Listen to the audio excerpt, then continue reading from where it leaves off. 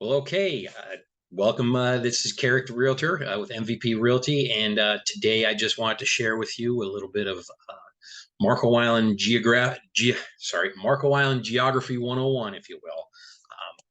I've just thought I think this is useful information. So if you're considering buying a property down here, I think it's important that you kind of get to know the area a little bit. So I want to look at things. I'm going to talk about just the water frontage and some of the close by water attractions. Might even share with you some of my favorite fishing spots as well too. So, but don't tell anybody. All right. So let's jump in. So as you see, this is Marco right here, and Collier Boulevard comes in from the north, cuts across, and then runs down on the west side of the island there. So you got the JW Marriott, Hilton is right over there. The main beaches, this would be considered the North Beach. That's where South Sea Tower, Tiger Tail Beach, and all that other area is here. So Tiger Tail is considered pretty much from here right over to here is all considered Tiger Tail Beach. Then Residence Beach is right about here. You can see the wide open space there. The Marriott's down there, and then that's considered South Beach. Now, quick little note: lots of people ask which beach is better. From the from the beauty standpoint of it, I think they're both gorgeous beaches. Pure white sand there. It's easy on the feet there. It's not very shelly, so you can walk on it, no shoes on. But on the subject of walking, there's a lot more beach geographically to walk. So if you've got kids in the cart, you just park the Tiger Tail over here, and you've got the wagon and all the other stuff that goes along with that. I know because I had little ones once upon a time there. That does not make for a very fun day. They're going to get cranky. Maybe the feet's going to start hurting, what have you. So this is a very long walk. Now, Tiger Tail, most people I see cut across the little lagoon there. It's really is harmless, but some people are not too comfortable doing that, even though I see lots of people doing that.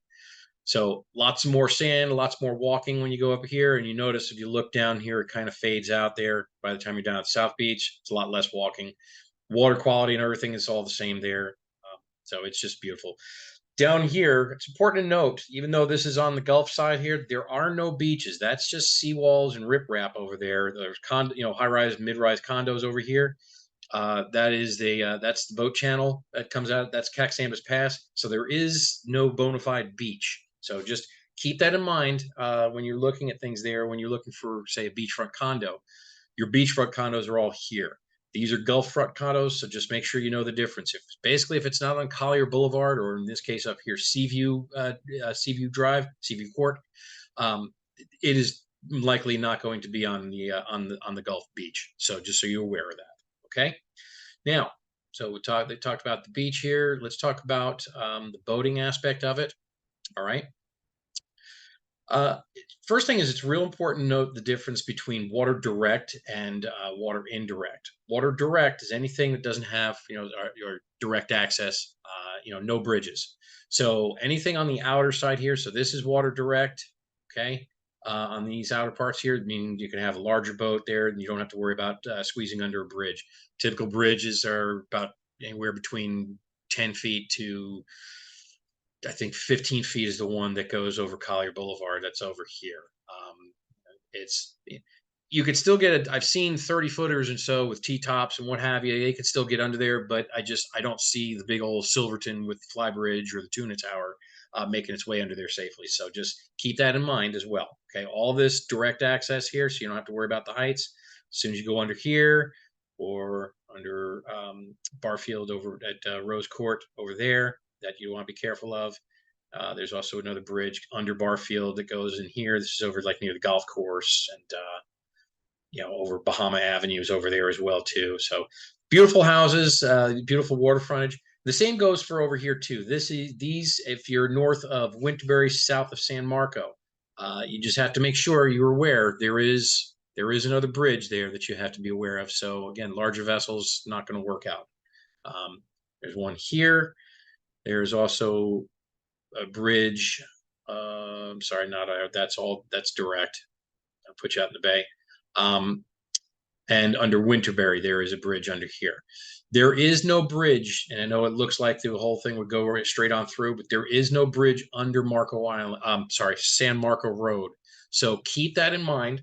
It's a straight continuation. So it's either they're all going to go over here, or if you're over here, if you're on the north side of San Marco, which is the center run across there, um, you're all gonna exit out into open waters via Smokehouse Bay and then through Collier Bay and then out past Tiger Tail and the Snook Inn and all that right up here, and then that's the mouth of the river.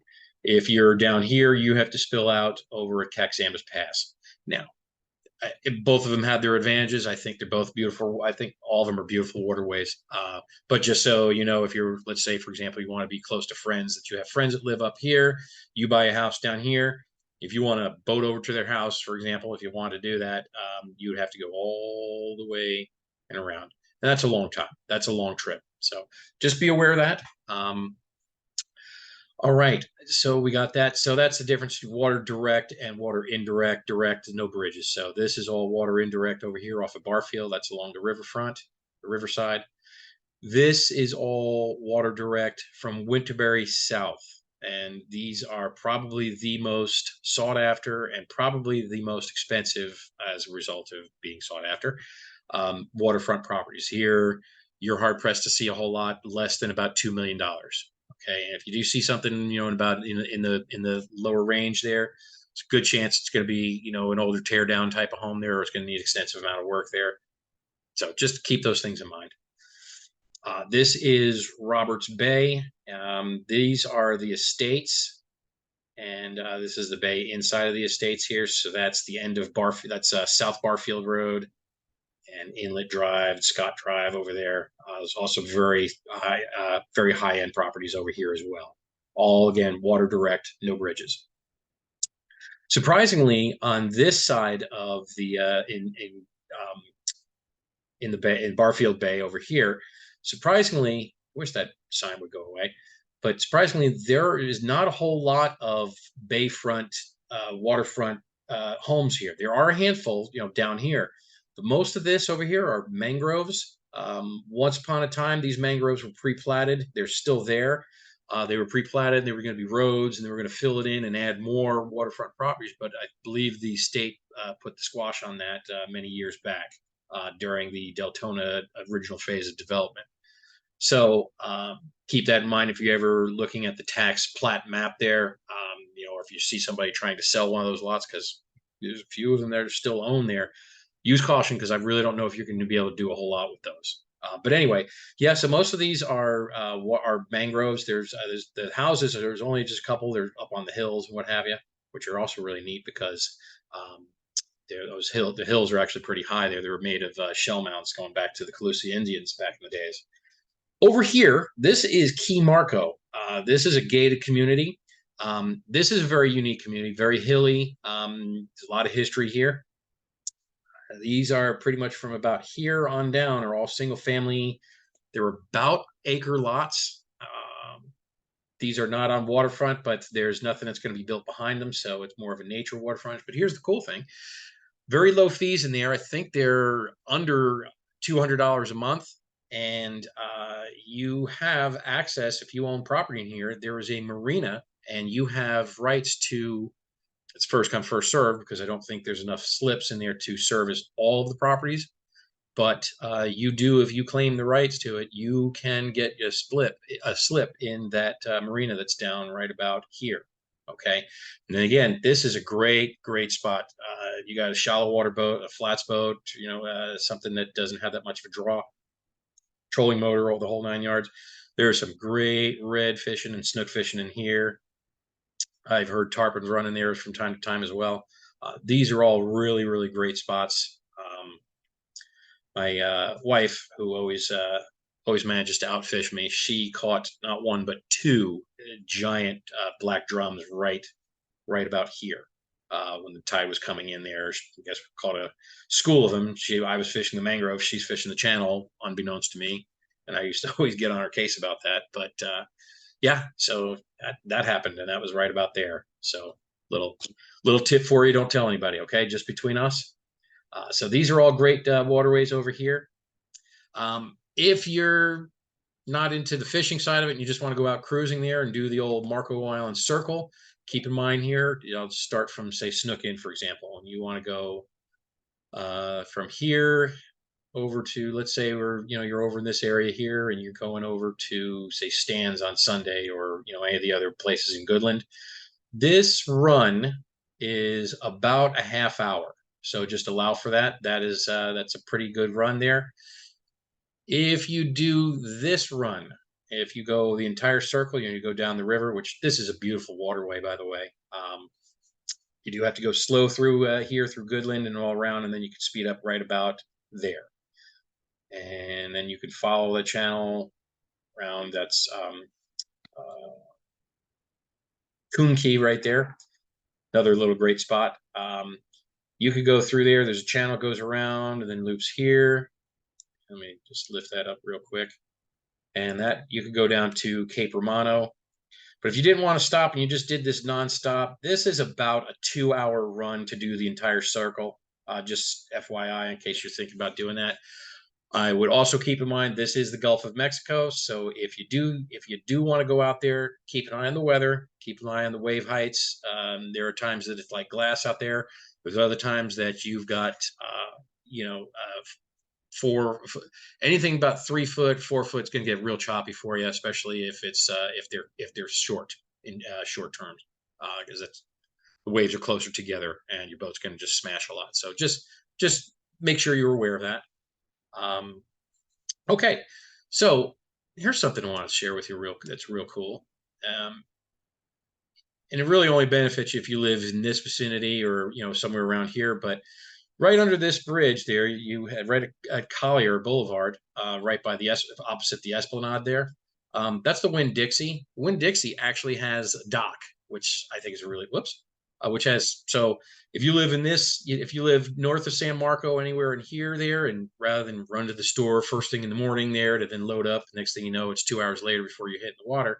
You can actually leave and head right over to Winn-Dixie and do all your shopping right there, and then you're out on the water and you're ready to rock and roll for the day. So I think that's kind of neat, a neat feature there. That it's a unique experience there. You don't get to go grocery shopping from the boat too often, so that's kind of cool.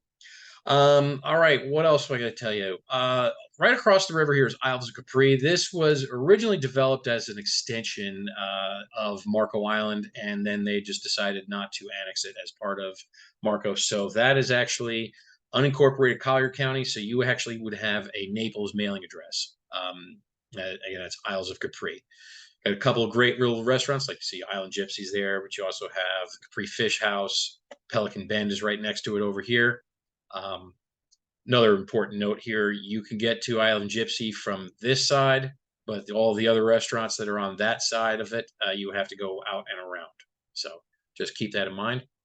Keewaydin Island. This is Keewaydin over here. This is a beautiful beach. This is kind of a party cove, if you will. There's lots of music. They got the food boats, the bar boats, and the gift boat, and the ice cream boat, and the burger boat. It's a lot of cool. It's a cool, fun day out. But just know that it's party time. Lots of loud music, lots of alcohol flowing, and there's nothing wrong with that. But if you're looking for a quiet afternoon on the water side, this may not be your favorite place. Okay. That being said, lots of people like to go to Keewaydin, myself included. I enjoy it. If you're going by boat, the right way to do it, I'm going to tell you the right way first, and then I'll tell you the wrong way, if you will. Okay. The right way to do it, if you're following the channels so that you're not risking running aground, hitting the sandbar, damaging your boat, is to follow the channel. And you come out of the river, you're going to want to hang right, go through the 2 markers here, then you're going to look for that red marker, make a left. Now you can go regular cruising speed here, so you can cruise through here, kind of narrow, but there's a decent amount of water going through here. It hooks right, and it makes a hard left here. It slows down to no wake zone or slow zone right here. Then you want to go out, make a left. You can cruise over here, and then you got to slow down right about there. And you're at Keewaydin. Okay. So now, shortcuts. If you're a boater, you do a shortcut. If you don't know, don't go. That's kind of, I really didn't mean to rhyme there, but You know, I was with a friend a couple years ago, and once upon a time, I knew that when the tides are when the tides are right, you can go through there, but you're going to want to use caution. There was one time where the tide, where the water, the land masses shifted so much so that we were less than knee deep water, and I ended up turning up bottom, and we actually walked from here to here pushing the boat. Thankfully, the boat was floating, but it could have been a lot worse if I had a larger vessel. I have a 19-foot center console, so it wasn't that big of a deal. But just be aware of those types of things there. Know the waters. And then, of course, now I was just there a couple of weeks ago going through, and I only saw it drop down right about here to about 4 feet, and that was at high tide. So again, just kind of make sure you know where you're going. All right. So that's probably the quickest. If you can do a shortcut.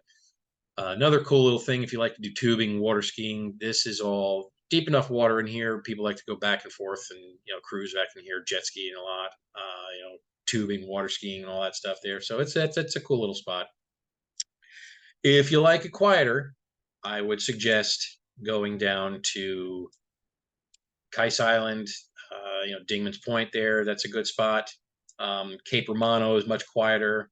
Any of these islands here that you can just pull up your boat right there, and you can just relax for the day. This is all nice, clean, pristine beach water, beachfront right over here. There's no services over here. There's no restrooms, so pack it in, pack it out. Don't leave your garbage behind, and all that other stuff. So that's about it. Okay. If you have any questions, feel free to reach out. I'm at 239-340-1468. All right. Have a great day, and God bless.